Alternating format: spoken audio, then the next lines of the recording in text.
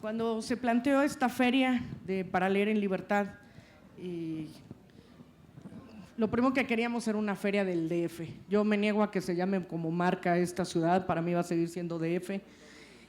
Y cuando hablábamos qué queríamos discutir sobre el DF, yo una de las cosas que pensaba es, ¿no tienen todos una sensación de que esta ciudad era una ciudad libre y de pronto desapareció? ¿Ya que sí, señor?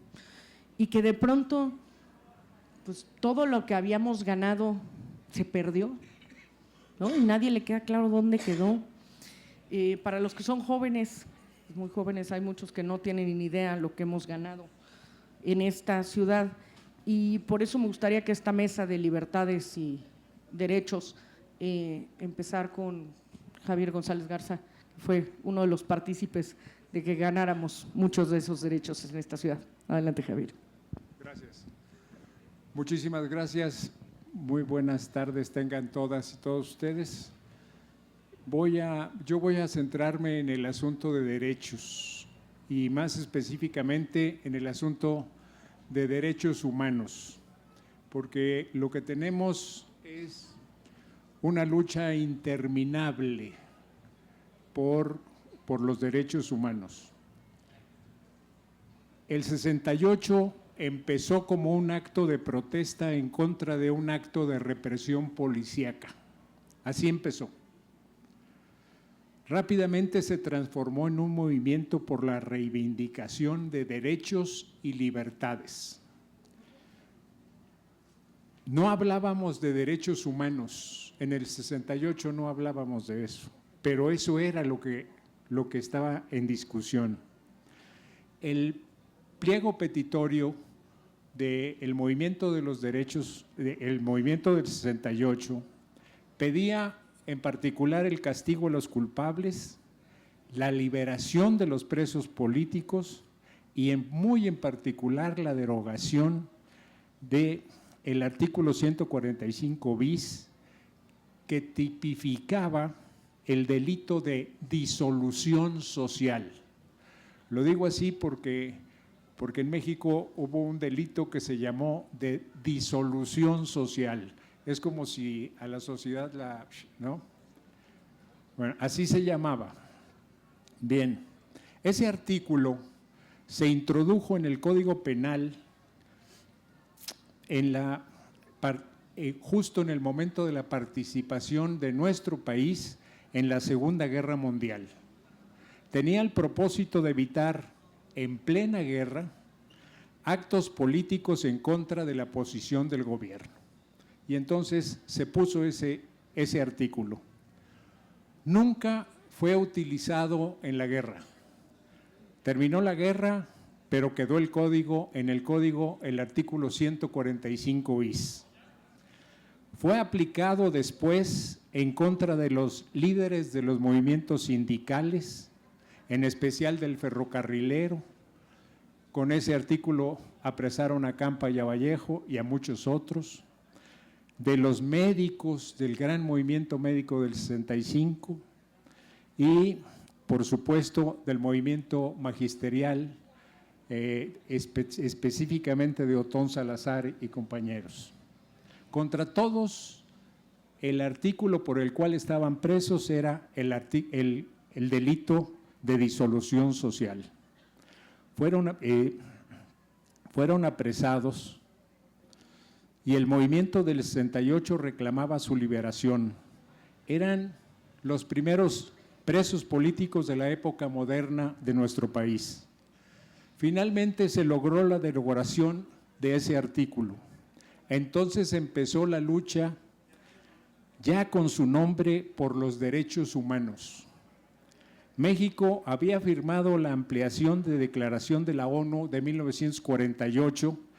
Así se reconocían explícitamente los derechos humanos, económicos, sociales y culturales, civiles y políticos de los seres humanos. A pesar de la firma, en el país todo seguía igual. Habían firmado en la ONU el compromiso y aquí todo seguía igual. No solo seguía igual, era mucho peor. Vivimos lo que fue la guerra sucia justo después del 68, con una cantidad enorme de asesinatos, desapariciones, específicamente en el estado de Guerrero, pero en todo el país. Hace 50 años empezamos la lucha por la creación de una Comisión Nacional de Derechos Humanos. Siempre hemos estado atrás de los resolutivos de la ONU.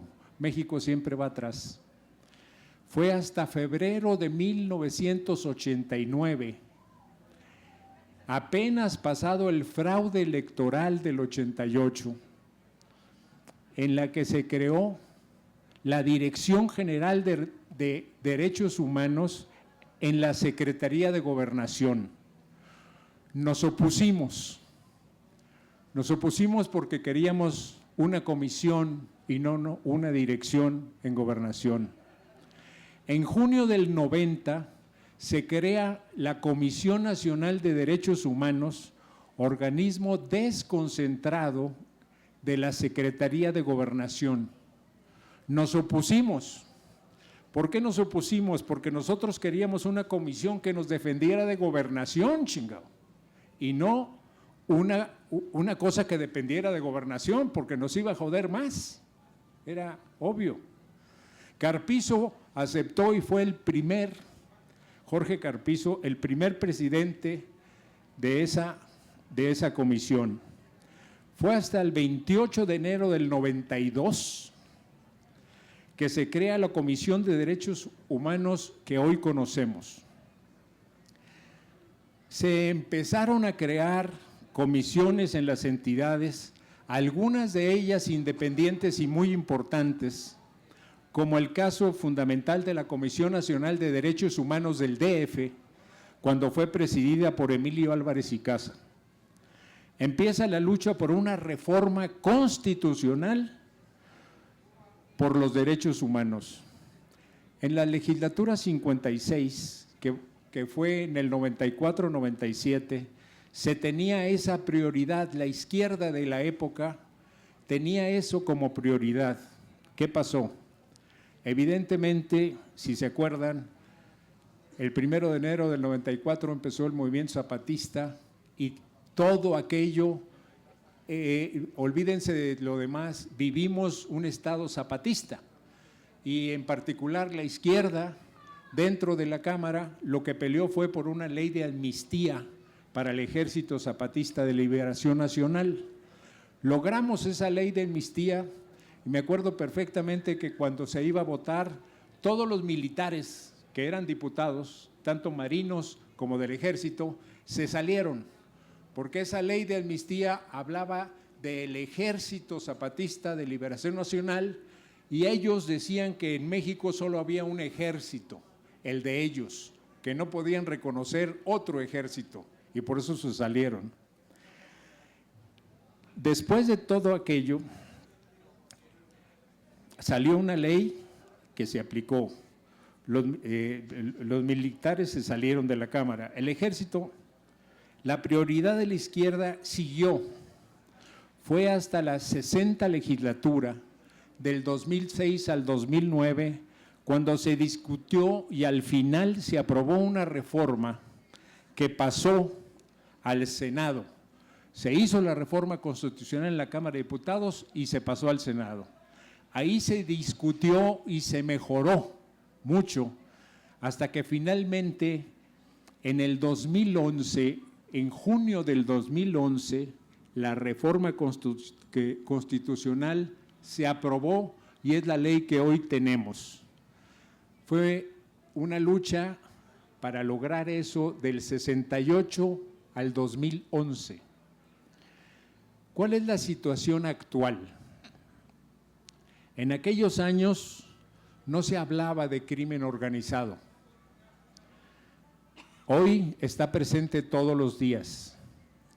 En la década de los 70 vivimos la guerra sucia, una embestida de exterminio, jamás declarada, pero fue llevada a cabo por las fuerzas militares y así declarada por los propios generales que estaban en guerra. Eso era lo que decían, y nunca declararon la guerra. hubo muertos y desaparecidos en el país. Hubo un caso en aquella época, en el 74, el caso Radilla, en el cual el Estado mexicano se presentó el caso Radilla a las instancias internacionales y el caso llegó y en la Comisión Interamericana de Derechos Humanos el Estado mexicano fue declarado culpable de desaparición forzada de un personaje, de esa persona. Ese hecho fue fundamental porque vino de ahí en adelante una crítica todos los años en contra de lo que vivíamos en el país. A partir del 2006 se declara, lo hizo Calderón, la guerra contra el narco. El ejército interviene ilegalmente en funciones de policía. Esto provoca la intervención sin reglas y sin vigilancia. Se producen más de 12.500 quejas en la Comisión Nacional de Derechos Humanos en contra de las fuerzas federales desde ese momento. Además, más de 213,000 muertos. El índice de letalidad, eso quiere decir cuando dos ejércitos se enfrentan, la letalidad es cuántos muertos y cuántos heridos hay. Bueno, el índice de letalidad del ejército mexicano en contra de los que sean es de 8-1. Hay 8 muertos y 1 herido. Eso no lo cree nadie. La verdad es que son matanzas. Eso es lo que hacen. Es usual estar viendo noticias en donde dice hubo un enfrentamiento en tal parte, murieron 24 de los malos y nada más, ni uno del otro lado. Todas esas noticias son falsas. Esas noticias son simple y llanamente matanzas. Nos enteramos de supuestos enfrentamientos donde todos los contrincantes murieron, el ejército no tiene ni heridos siquiera. Los casos del campo algodonero en el norte, de Tlatlaya en el Estado de México, de Ayotzinapa en Guerrero y Nochitlán en Oaxaca, entre otros, demuestran la intervención de las fuerzas federales en asesinatos. El gobierno juega al olvido. Gracias a los familiares y muy en particular a los padres, en el caso de Ayotzinapa, las organizaciones de defensores, algunos periodistas, muy en especial algunas mujeres. Los casos seguirán y cada día sabremos más de todos esos asesinatos. Vienen épocas todavía más duras. Marina decía, nos van a quitar cosas que hemos ganado. Sí, recientemente el jefe del ejército, el general Cienfuegos, pidió un cambio en la ley. Él reconoce que las acciones que ellos hacen en el país están fuera de la ley. Se queja del sistema garantista, así le llama, que dejan libertad a presuntos delincuentes porque hay violaciones al debido proceso. Efectivamente, una bola de casos, algunos casos han salido porque se les demuestra tortura o se les demuestra que los secuestraron o se les demuestran que no siguieron el debido proceso.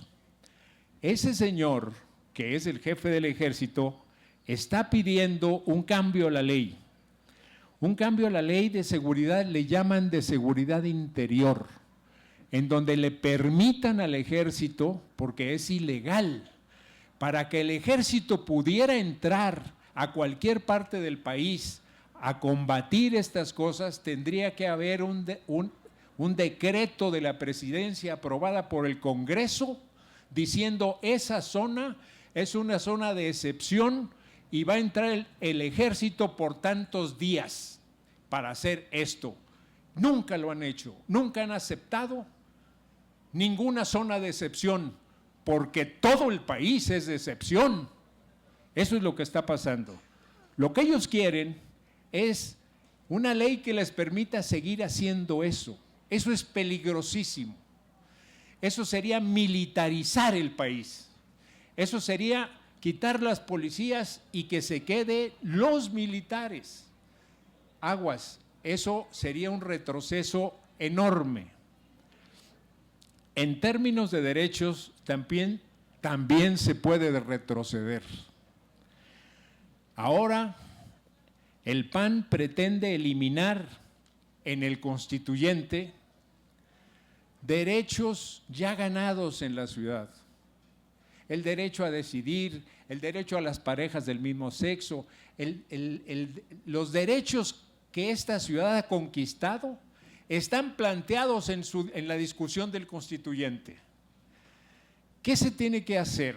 Miren, una ley es el resultado de la correlación de fuerzas que se da en el momento de su aprobación. La correlación de fuerzas en el constituyente es ficticia. Por lo tanto, es un peligro para los habitantes de la ciudad, porque la integración del constituyente no representa las fuerzas, la fuerza que cada grupo político tiene en la ciudad. La izquierda tiene mucho más del 60%, y resulta que ahí está representada con un porcentaje, bueno, el PRI tiene mayoría con una chingada en la Ciudad de México. Por eso es muy peligroso. Hay que estar atentos. A ver, sí, la situación está gravísima, sí, se van a hablar de muchas de estas cosas aquí. Sin embargo, aguas, ni una sola lucha aislada más.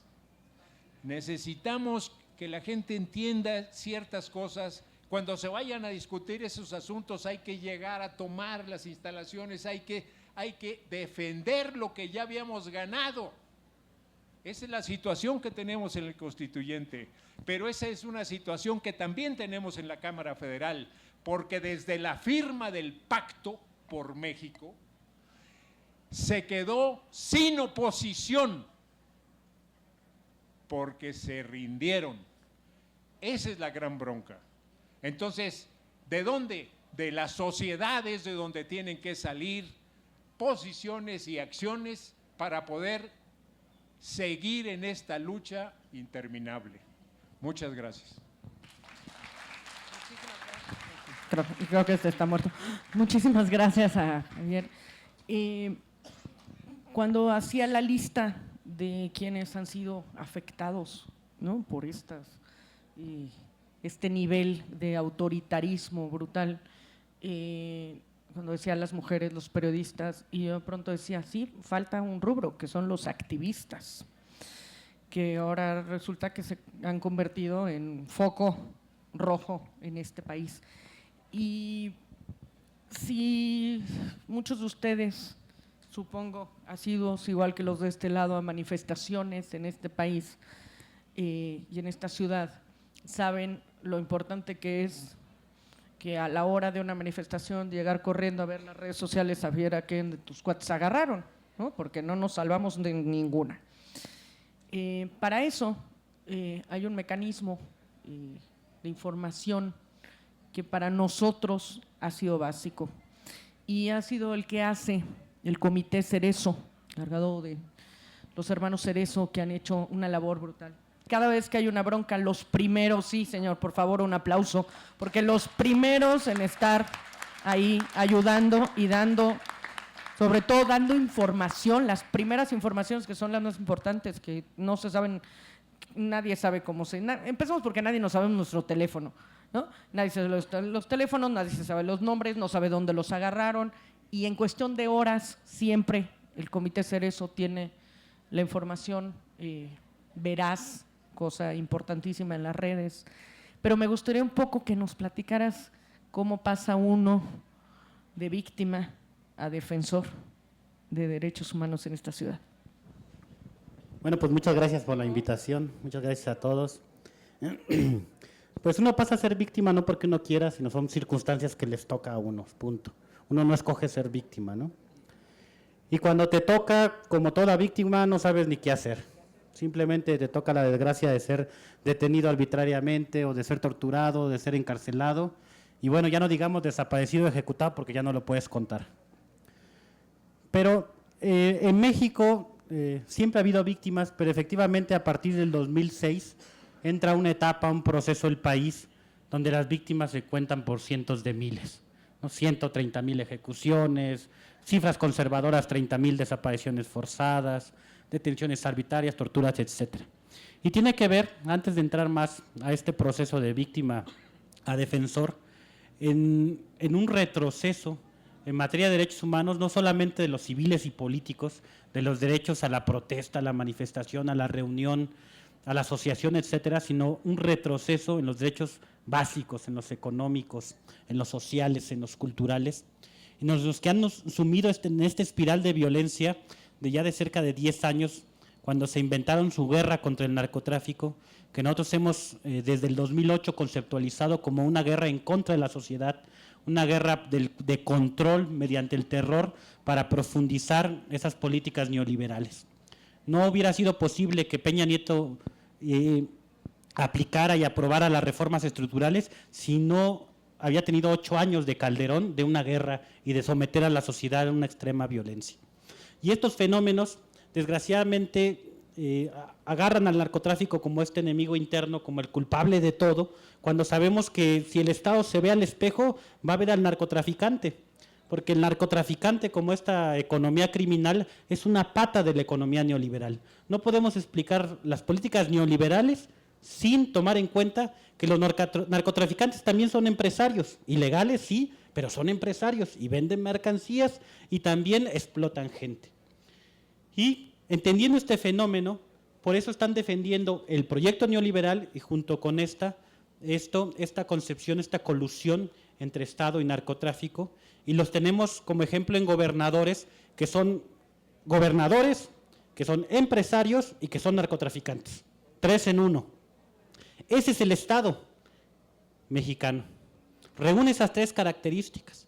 No es que haya un Estado bueno y un Estado malo, los malos infiltran a los buenos y van tomando posiciones, no, es un Estado perverso que defiende intereses y que con tal de defender a sus intereses está aplicando políticas de criminalización a la sociedad, a los defensores, a los periodistas, pero también fenómenos, como ya lo había mencionado, muy peligrosos de militarización, 60,000 miembros de las Fuerzas Armadas realizando labores de policía, de seguridad pública, la mitad de funcionarios o de altos mandos en las policías, en la Secretaría de Seguridad Pública son militares o exmilitares.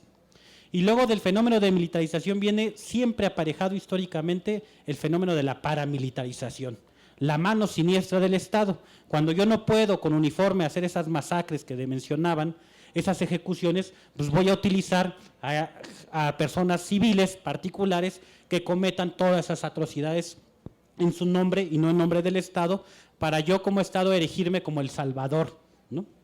Eso ha servido, y eso el país lo ha vivido de manera generalizada.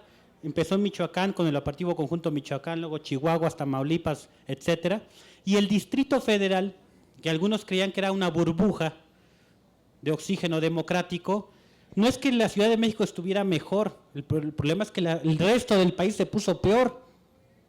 Y ante esa gravedad del resto del país, la Ciudad de México efectivamente parecía esa burbuja.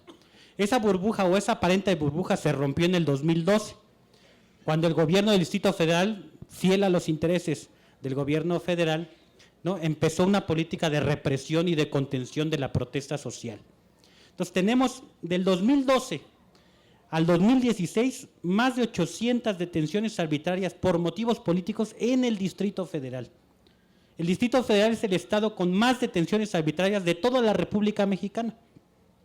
Entonces tenemos operativos de encapsulamiento.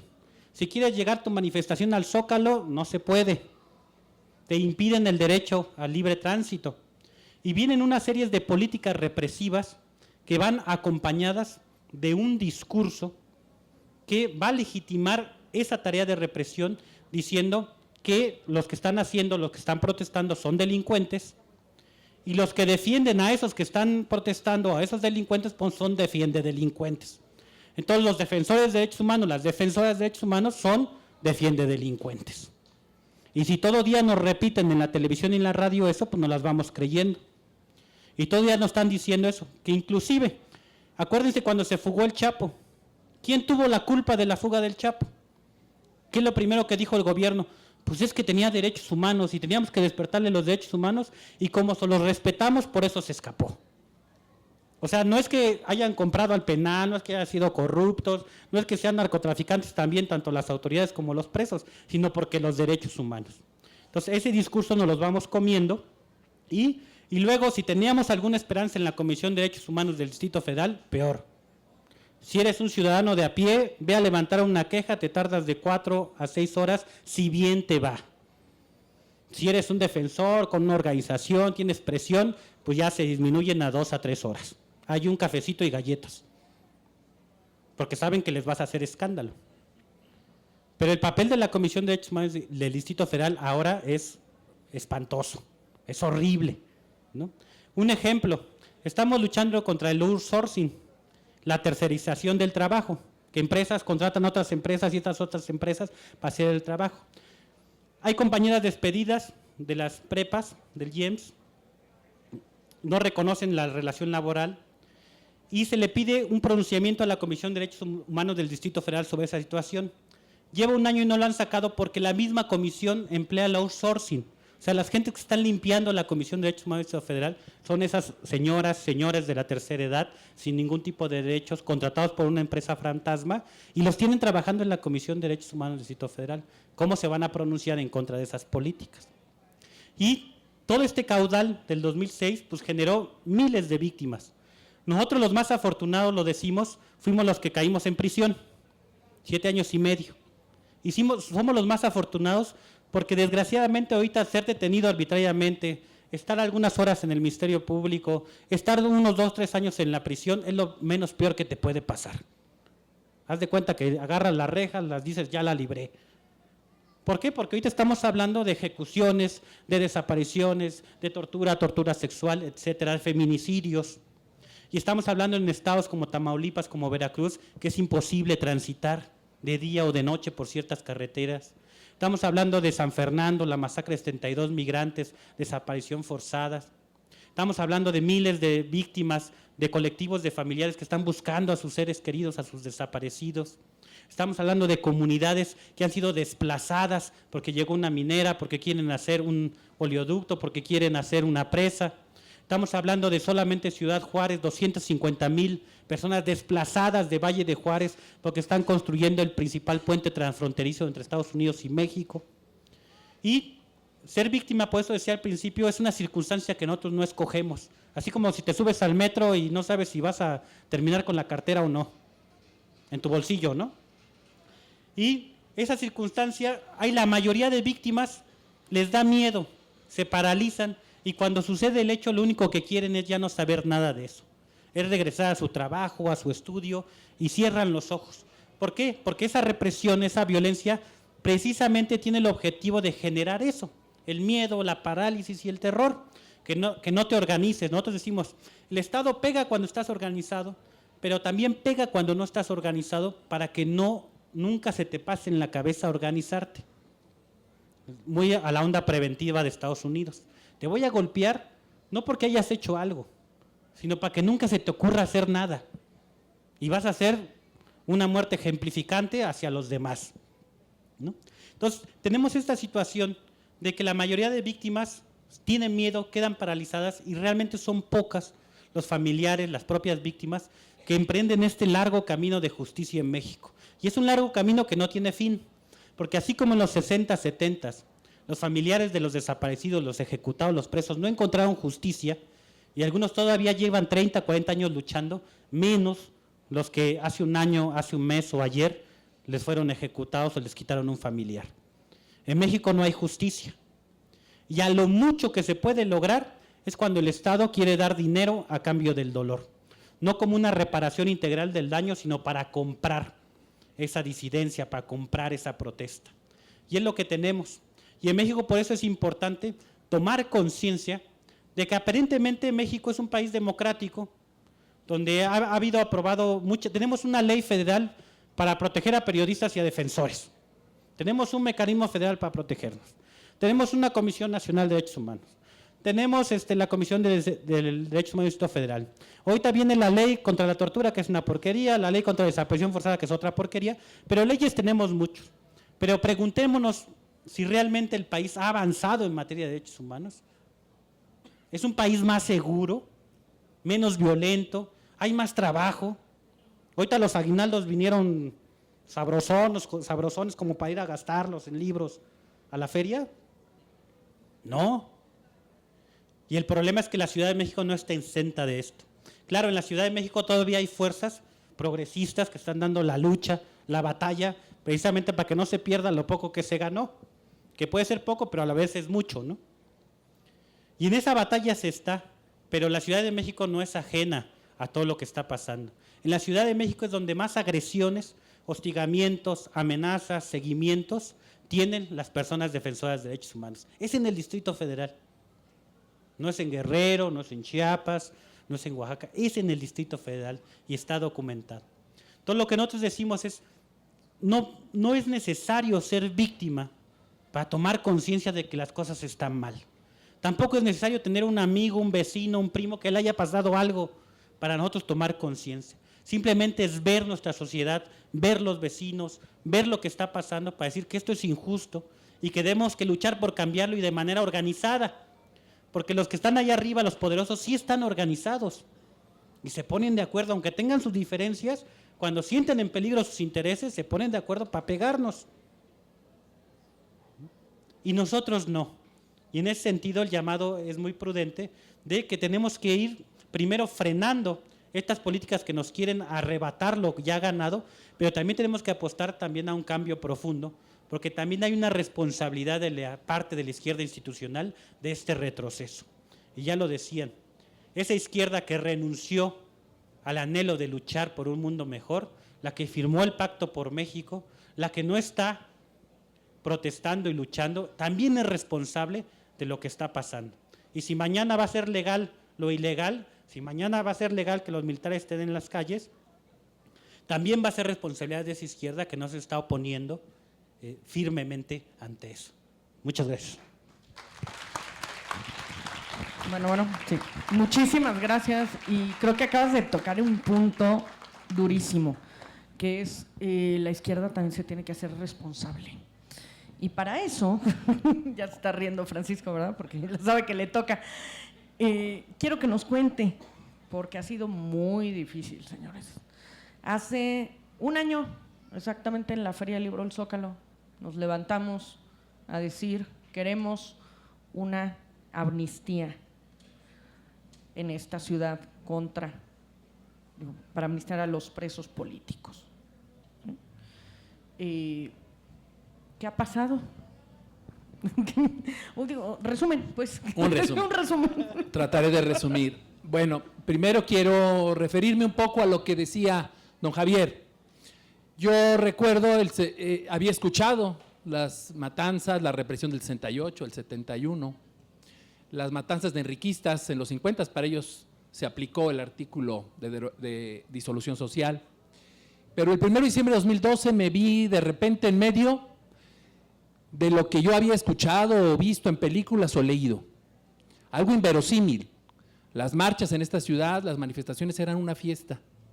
De repente el 1 de diciembre pasó algo que nos involucró a muchos, que dio un vuelco en la vida de mucha gente.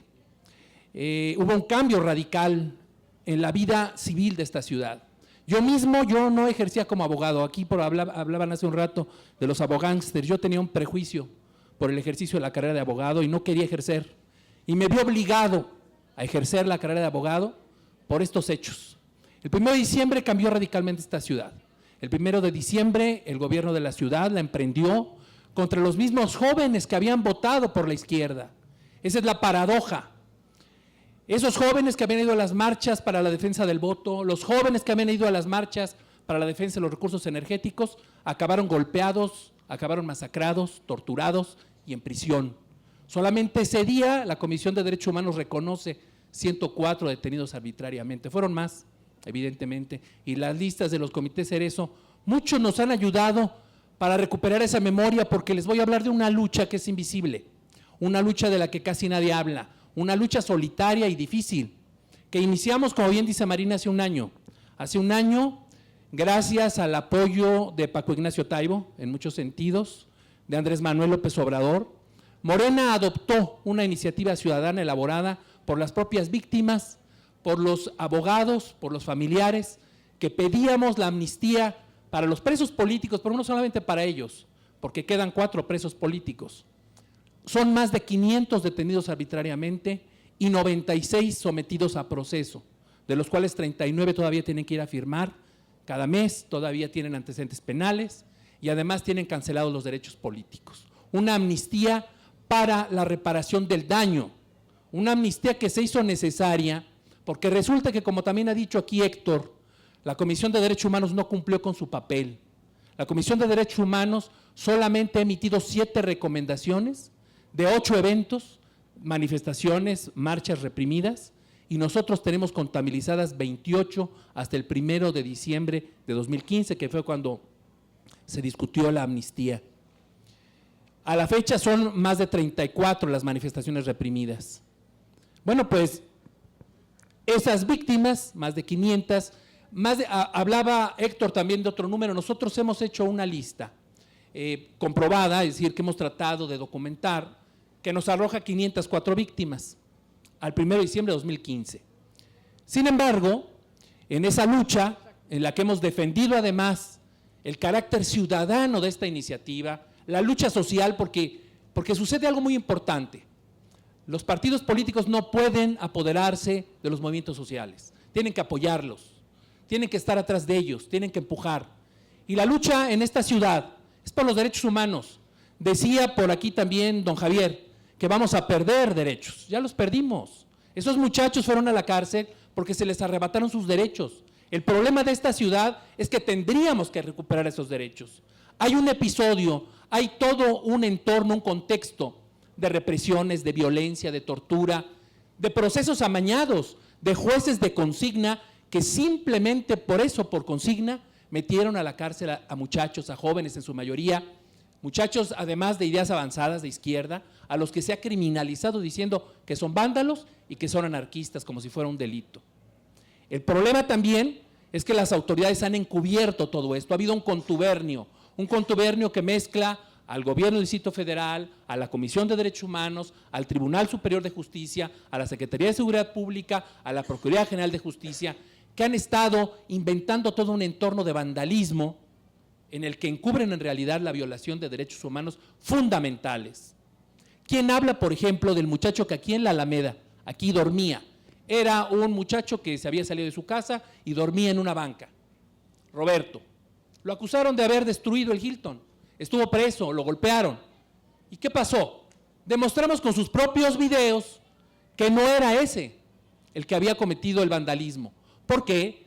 Porque ese día, el 1 de diciembre de 2012, permitieron los granaderos que se hiciera toda la destrucción que todos ustedes deben de haber sabido en la Avenida Juárez, y hasta que terminó el vandalismo la emprendieron contra todo mundo que pasaba.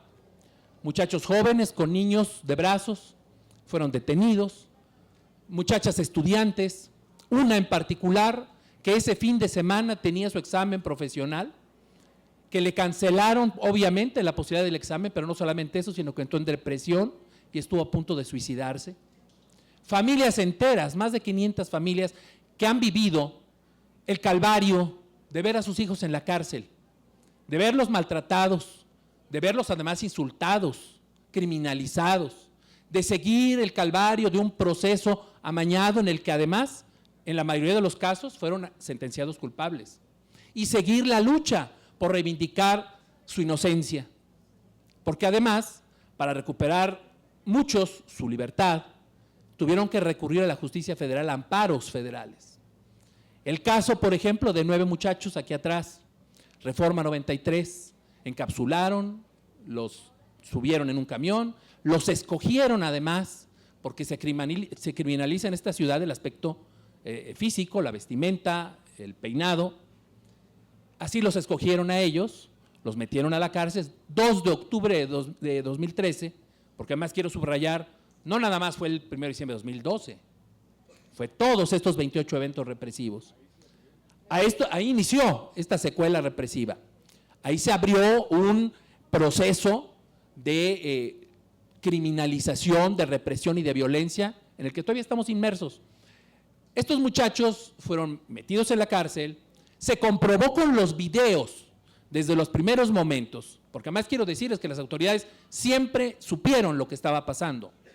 Un grupo de personas, invariablemente al día siguiente que había marchas o a los 2 días, íbamos con el procurador, le presentábamos pruebas, le presentábamos listas y nunca nos escucharon. Bueno, en el caso de estos muchachos teníamos el video, pero no solamente el video de las cámaras de seguridad pública.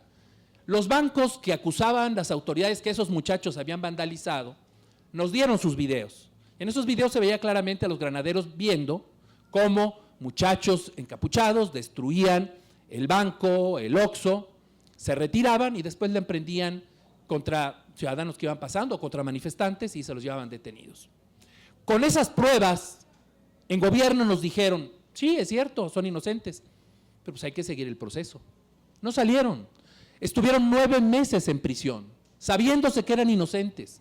La única forma que tuvimos de sacarlos fue mediante amparos federales, muchísimos amparos, que ojalá las autoridades revisaran, son el catálogo de las aberraciones que se han cometido desde la policía que detuvo arbitrariamente, el Ministerio Público que fincó responsabilidades de manera falsa, con pruebas falsas, con pruebas sembradas, y jueces venales que inventaron delitos. Ahí están en esos amparos. Y sin embargo, en esta ciudad espanta que se diga que tenemos presos políticos, espanta que se diga que ha habido represión masiva. Repito, hablamos de más de 500 familias que han pasado por este calvario y nos dijeron, cuando la amnistía finalmente subió, porque quiero decirles que en este esfuerzo, como sucedía que el partido Morena que nos había cobijado no participaba en comisiones, bueno, pues nosotros sabíamos que con el solo voto de Morena no podíamos ganar la amnistía. Teníamos que cabildear, teníamos que hacer un trabajo con todas las demás fuerzas políticas. Y víctimas, padres, expresos, familiares, abogados, nos dimos esa tarea. En octubre de 2015 iniciamos ese peregrinaje. Hablamos con todos. Obviamente el primer día, como se imaginan, todo el mundo decía, no queremos oír hablar de vándalos. No queremos oír hablar de destructores, de violentos, de radicales, de anarquistas. Y empezamos a presentarles pruebas, empezamos a confrontar a esos diputados con las víctimas y con sus familiares y que los escucharan. Que además quiero decirles que no es fácil esa tarea, porque es revictimizar a las personas, es hacerles revivir lo que vivieron, es hacerlos llorar y sufrir. Y sin embargo lo hicimos un trabajo de cabildeo que redundó en que el dictamen de esa iniciativa de amnistía se votó favorablemente. El primer dictamen de una iniciativa de ley que se aprobaba en comisiones de Morena favorablemente. Y se subió al Pleno. Se subió al Pleno con el consenso de todas las fuerzas políticas. ¿Y qué sucede? Que en el momento en que se sube al Pleno, llega un mensaje de la Consejería Jurídica que dice que quiere que escuchemos sus argumentos. Perfecto. No teníamos ningún problema. Queríamos escuchar los argumentos, porque además sabíamos que el Gobierno del Distrito Federal, a través de la Consejería, es quien publica y le da validez a esa iniciativa de ley. Pero sucede que se inventó que la iniciativa de amnistía era inconstitucional porque no la podía votar la Asamblea Legislativa. Y con ese rollo, con ese argumento que contradice el artículo 122 y 73 constitucionales, que le otorga plena constitucionalidad a la amnistía, a la Asamblea para dictaminar y legislar amnistías, con ese argumento se empezó a retrasar la dictaminación. Cuando fue inevitable, porque además quiero decirles que este movimiento fue sumando voluntades, aparte del consenso de todos los partidos, que es muy importante decirlo porque no es fácil, estuvieron con nosotros el día que se subió la amnistía finalmente el 27 de octubre, los papás de Ayotzinapa, se sumó el Comité Nacional de Presos Políticos, empezamos a generar una inercia social de apoyo a la amnistía para los presos políticos de la Ciudad de México. Pero sucede que el 27 de octubre, fecha señalada, con muchos trabajos, me pidió Marina que fuera breve y lo estoy tratando de resumir, con muchos trabajos logramos que se subiera, pues resulta que meten moción suspensiva. ¿Qué significaba eso? Bueno, pues que tenía que regresar a comisión porque tenía que revisarse ciertos aspectos del dictamen. ¿Qué aspectos? Bueno, pues decían, es que el contexto que ustedes plantean es inventado, no existió. Esta ciudad tiene libertades que no tienen otras ciudades ni otros estados de este país. Es mentira. Un contexto, les decía yo, que para ellos era inventado, que está absolutamente documentado, no solamente en los medios de comunicación, ni por las víctimas, sino por la propia Comisión de Derechos Humanos, que he de decir, jamás participó en apoyo de esta iniciativa. Por el contrario, cuando trascendió que la iniciativa iba a discutirse, la señora Perla Gómez se deslindó de la iniciativa de amnistía. Fíjense ustedes, el organismo que debería de ser el impulsor de la amnistía se deslindó, se hizo tonta, como se habían hecho tontos anteriormente. Porque he de decir y subrayar, ¿por qué una amnistía en la Ciudad de México? Pues porque tenemos víctimas que no han sido resarcidas. Fíjense ustedes, según la Comisión de Derechos Humanos, solamente en los 8 eventos que ellos enlistan, hay 200, 400 víctimas, 247 víctimas. ¿Saben a cuántas han indemnizado? A 25. Y son solamente una parte del 1 de diciembre de 2012. No se ha hecho absolutamente nada. No solamente eso, las víctimas no han tenido una asistencia médica y psicológica, porque ustedes entienden que el impacto de haber sufrido torturas, golpes, violencia, la cárcel, afecta no solamente al individuo que lo vive, sino a su entorno, a su familia. Estos muchachos, la mayoría de ellos, no han logrado recuperar la normalidad de sus vidas, perdieron su proyecto de vida y con ellos sus familias. Hay una madre del 2 de octubre que todavía hace poco estaba muy grave, con un padecimiento como secuela de lo que había vivido. Y así les podría decir de muchas madres y padres. Hay uno de ellos, Alejandro Bautista, 2 de octubre de 2013, detenido aquí en Reforma en el Caballito, que fue golpeado, torturado salvajemente. Eso está documentado por la Comisión de Derechos Humanos para que no digan que invento el contexto. Y resulta que no recibió atención médica. Él empezó a referir después de la tortura que tenía un dolor en el pecho. Y dijeron, no, lo estás inventando. Alejandro Bautista ya no está con nosotros, murió como secuela de la tortura que sufrió. Salió libre gracias a un amparo federal, porque si no, no hubiera salido. Y así les podría comentar infinidad de casos, de historias que han pasado en esta ciudad en estos últimos 4 años, que para muchos o no existieron, como dicen algunos políticos, son inventos de nosotros, porque esta ciudad es muy bonita, tiene todas las libertades, es una ciudad de desarrollo, de modernidad, donde se hacen negocios, donde todo es color de rosa que pintan ya todo. Y la verdad es que además yo creo que quisieran pintar de rosa la amnistía, pero no lo vamos a permitir. Miren, después de todo este peregrinaje, ¿qué hemos logrado? Con el apoyo, decía muy bien Héctor, no es fácil después de vivir esas experiencias que las víctimas se decidan a seguir luchando. Muchos de ellos, muchos jóvenes, ya ni siquiera quieren participar en marchas.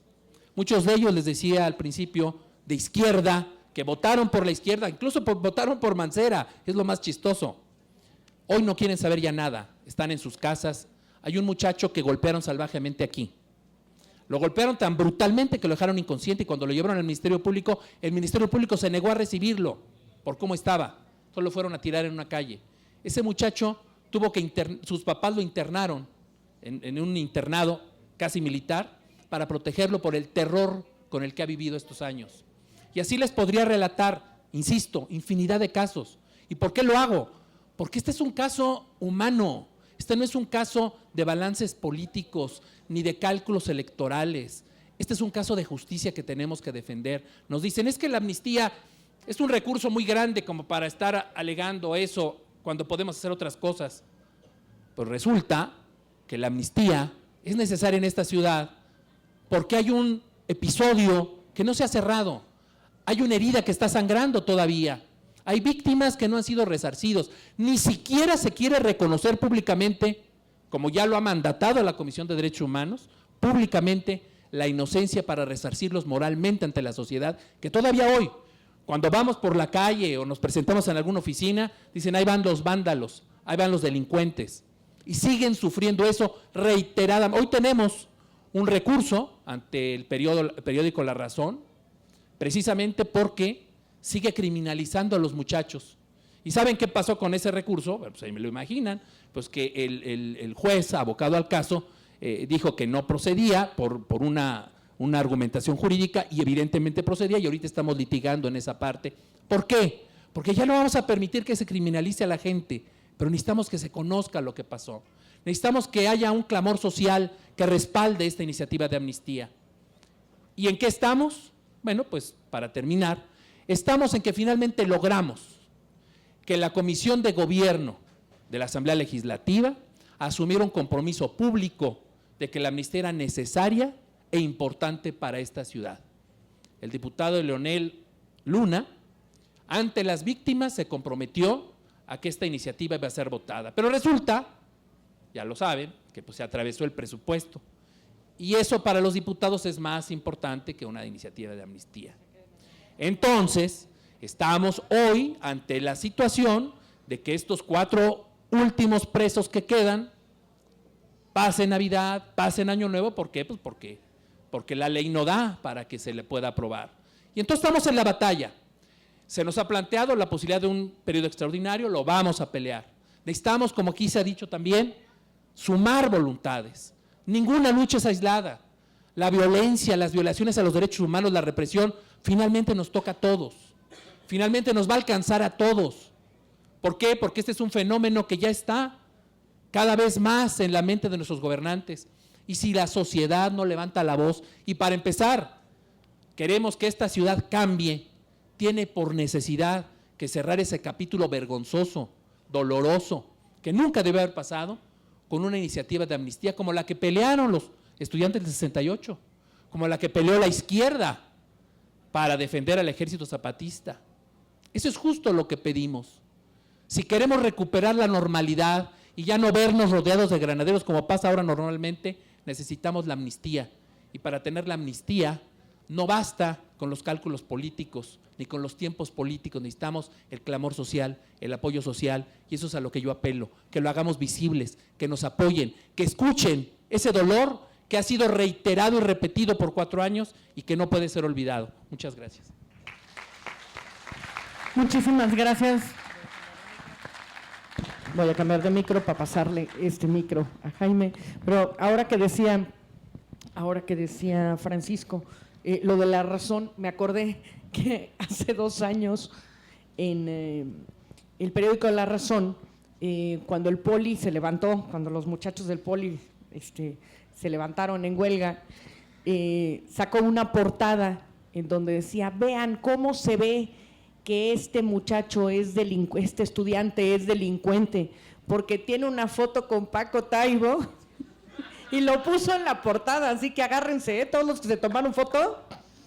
Bueno, pues se armó de tal manera, y su argumento era ese, ¿no? Que se había tomado una foto con Taibo. Y entonces en la Feria del Libro hicimos una cosa muy bonita que decía, si tú crees, ¿no?, que esto es injusto, sube tu foto con Taibo, ¿no? Y durante 3 días llenamos las redes de fotos. Y había unas muy divertidas porque había un chorro que decía, no tengo foto. Y entonces uno te ofrecía hacerte photoshops, ¿no? Entonces una cuenta te hacía photoshops. Y otro, que fue el más ingenioso, puso un mapa de la República, un puntito donde decía este es Taibo y otro en Tijuana que decía este soy yo. Pero bueno, para que vean que la sociedad responde.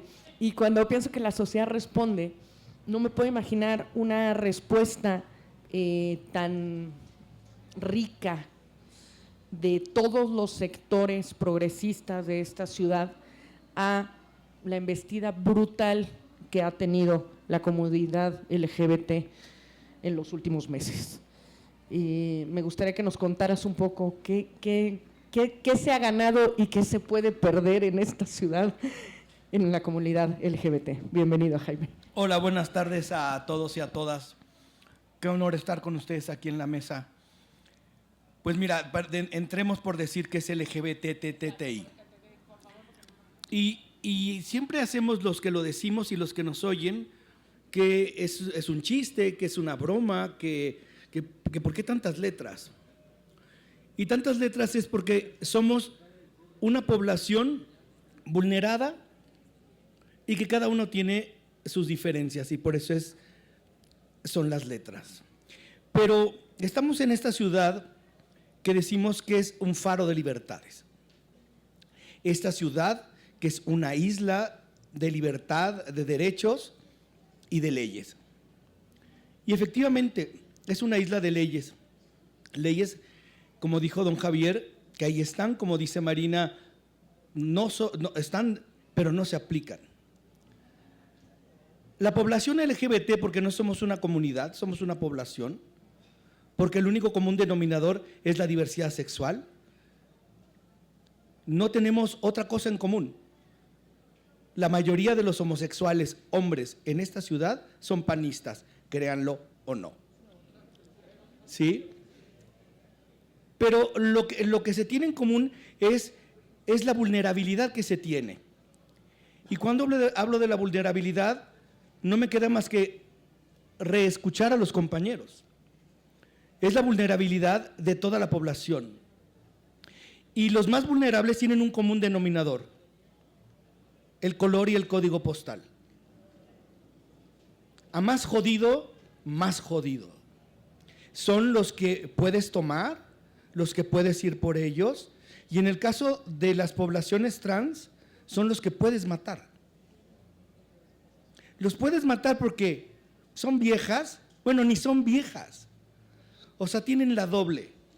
Son viejas y son putos, porque eso cree la gente. Y en esto yo no podré redundar y poder victimizarme más después de lo que acabo de escuchar.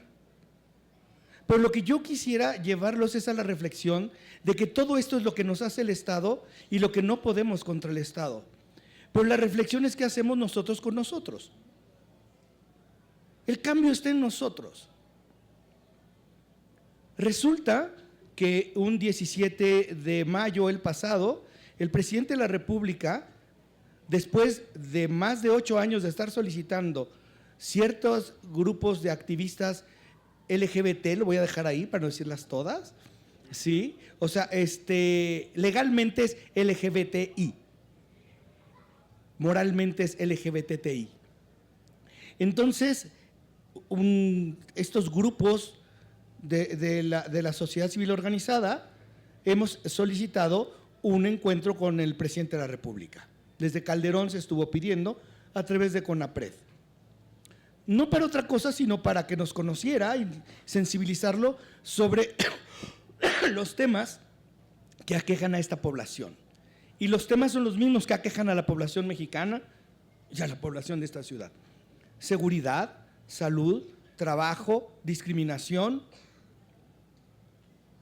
Y eso nos permea a todos, pero nosotros no lo vemos.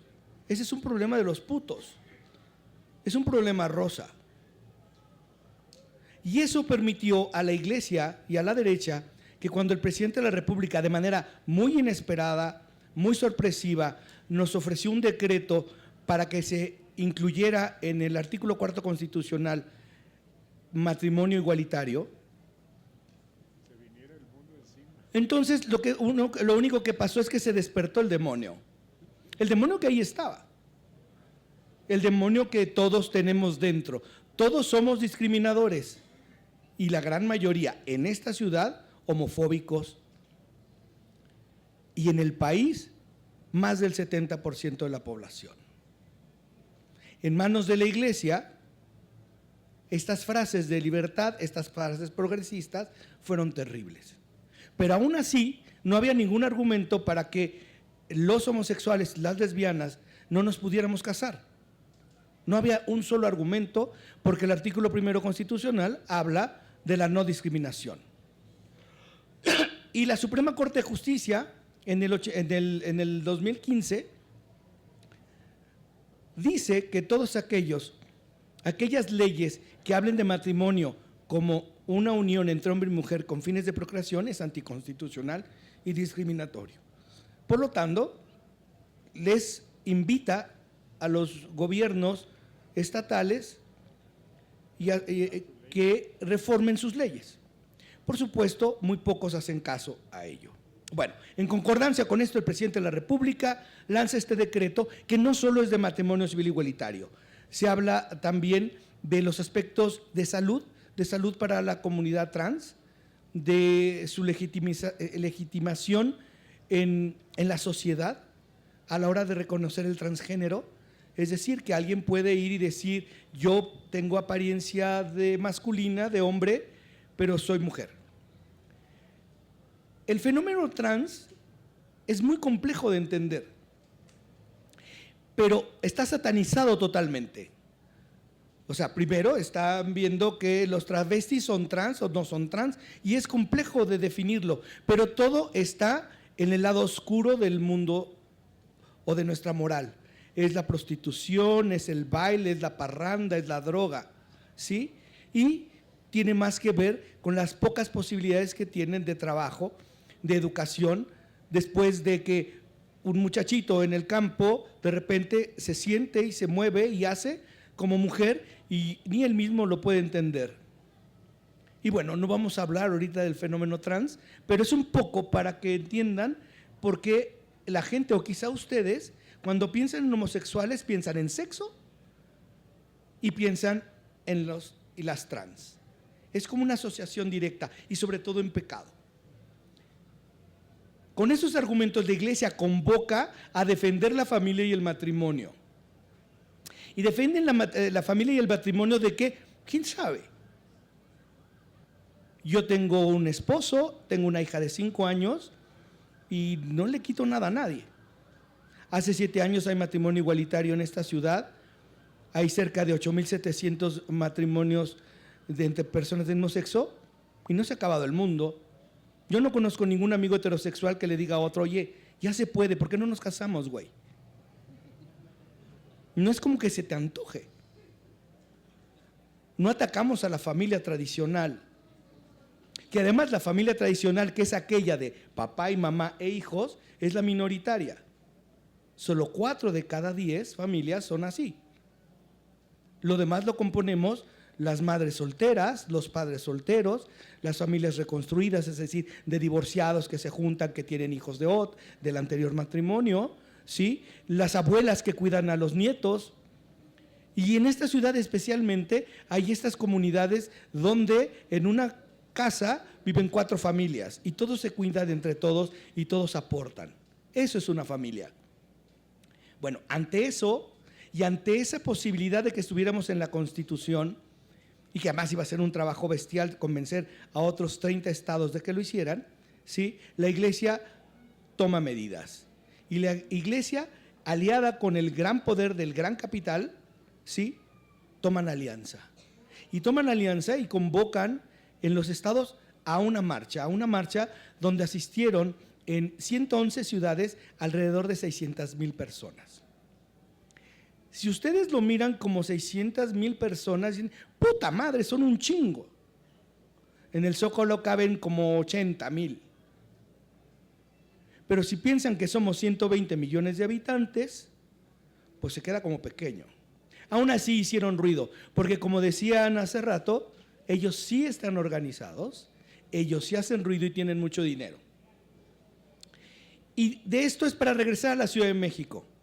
En la Ciudad de México se convocó 3 semanas después de la primera marcha a que la gente saliera a defender a la familia vestida de blanco. En esta ciudad, que hay alrededor de una población flotante de 22 millones de habitantes y 8 que habitan formalmente en la ciudad, marcharon 22,000 personas, contadas. Y eso hace ver que hay otra manera de pensar en esta ciudad. En los colegios presionaron, les dieron becas, trajeron a 10,000 de Querétaro y Puebla y aún así juntaron 22. Y esos 22 fueron suficientes para que con el cardenal convencieran a los diputados del PRI, del Verde, el PES no necesitaba que los convencieran, de que no votaran en comisiones la iniciativa para matrimonio igualitario. El matrimonio está garantizado, porque la Suprema Corte de Justicia lo mandata y el artículo 1 constitucional lo mandata. Pero de lo que se trata es de igualdad. Hay como esta pregunta, bueno, ¿y ustedes por qué se quieren casar si el matrimonio ya está en desuso? Por dignidad. No nos importa si la gente se casa o no. No es para mí, es para los chavos de ahora que hay que cambiarles el paradigma. ¿Sí? En mi época, en nuestra época, ¿sí? Lo único que yo quería es que no me llevaran una redada porque andaba ligando. Lo único que exigíamos en la tercera marcha es que nos dejaran coger. Olvídense de matrimonio. Nadie lo pensaba. Porque nadie pensábamos en derechos humanos, nadie hablábamos de esto. Estábamos sumidos en la ignorancia y lo que se ganara era ganga. Y esta ganga fue llegando a que esta ciudad, en las 2 administraciones anteriores, se lograran muchísimas cosas. El discurso feminista logró establecer una gran diferencia en esta ciudad. El trabajo de un gran número de heterosexuales apoyando a los homosexuales, nuestros grandes aliados, lograron el matrimonio igualitario. Y podemos hablar de un sinnúmero de cosas que hay en esta ciudad, pero que están en gran peligro, porque de repente le dimos el voto, y digo yo, porque yo voté por él, ¿sí?, a un tipo que se vendió o ya estaba vendido y alguien se confundió. Y cuando hablo de esto, hablo de lo que viene, hablo de lo que decían ellos. Tenemos que alzar la voz, pero no necesariamente ir a marchar, es dar la cara por mí, es dar la cara por el de al lado, es tomar en nuestras manos la dignidad, es tomar en nuestras manos reconocer en el otro lo diferente y lo rico, es reconocer en uno mismo la violencia de género y pararla, es dar la cara por uno. No creo que haya otra manera de que logremos funcionar y que logremos sacar esto adelante. Somos tan diferentes, tan desunidos, tan pobres y tan mezquinos, porque eso somos, este gran movimiento popular, eso somos. Yo hablé en el 17 de mayo ante el presidente y casi me matan porque no terminé diciendo, vivos se los llevaron, vivos no los tienen que regresar. Porque no entienden las estrategias, porque también los del movimiento del 43 no van y dicen libertad sexual.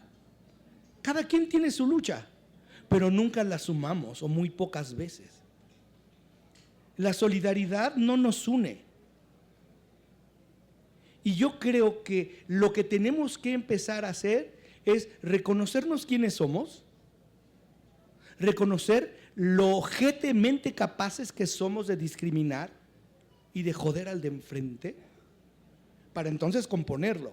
Pero como todos somos buenos y el ojete es el de enfrente, no hay manera de moverlo, ¿no? La culpa la tiene el Estado, la culpa la tiene Mancera, la culpa la tiene el rico, la culpa la tiene el pobre. No, la responsabilidad es nuestra. Si asumimos nuestra responsabilidad, podremos hacer que ellos asuman su responsabilidad.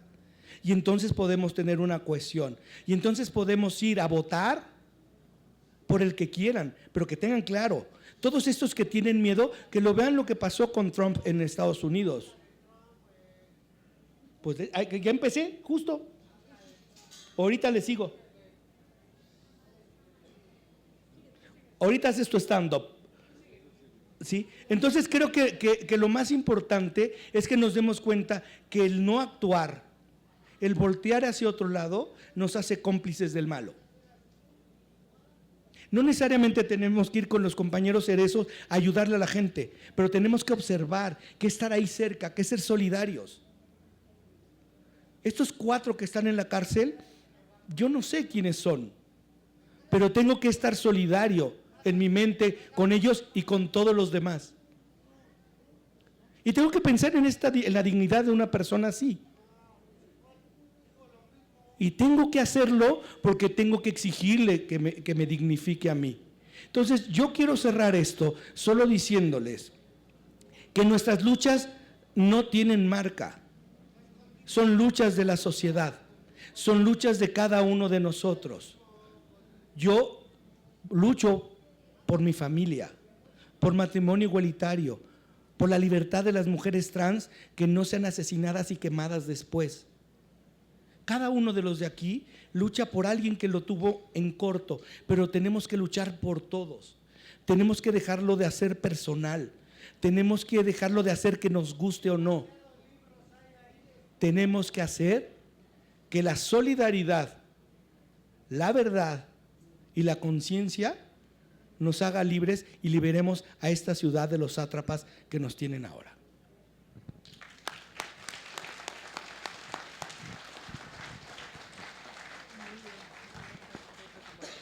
Listo. Muy bien, Jaime. No sé cómo vamos de tiempo, los que saben. ¿Cerramos? Ok, cerramos. Voy a cerrar como abro una de las mesas que hago. Es raro, hoy se me olvidó abrirla así, pero sirve para el cierre. Si no me gana la emoción.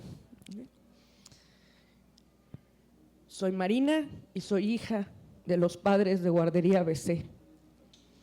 Soy Marina y soy hija de los padres de Ayotzinapa. Soy Marina, soy hija y soy viuda de Pasta de Conchos. Soy esposa de un obrero de esta ciudad. Soy una maestra de la coordinadora. Soy una defensora de derechos humanos. Soy todo lo que pueda hacer para defender esta ciudad. Muchas gracias.